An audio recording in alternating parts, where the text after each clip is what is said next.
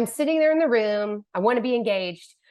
Describe a typical content brainstorming session. What does it look like? So the way that we do content planning at TREW is we use a topic cluster approach to planning.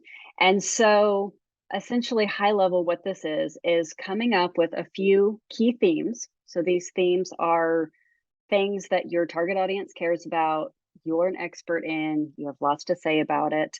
So it could be autonomous vehicle lighting could be a theme, or Wi-Fi IoT solutions. So it needs to be, decently specific to what your customers care about, but broad enough to write several different things around it.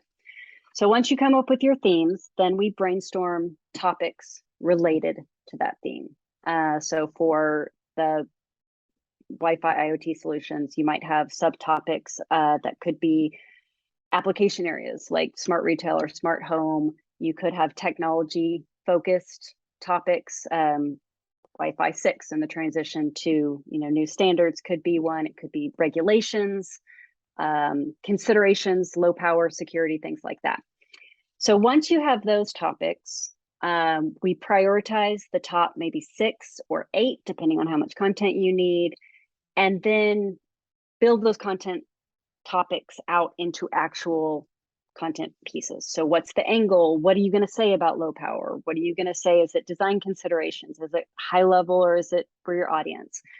And then once we have those angles, we decide what's the best form factor or content type to tell that story. Is this best told through a visual graphic, or is it a long form piece of content, or is it a panel webinar maybe, or is it a case study? So that's kind of the crux of how we run those meetings.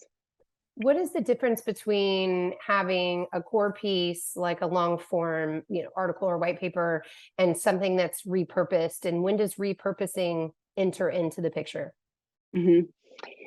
So in the planning session, we definitely touch on that. So if there is a core piece and we know, oh, so we're going to have this blog series, and that could roll up and be an ebook, and then we could so that might kind of come up there. A lot of that planning for derivative content kind of comes after that planning session, when you're building out that bigger plan and taking those ideas and creating a really tactical plan from them.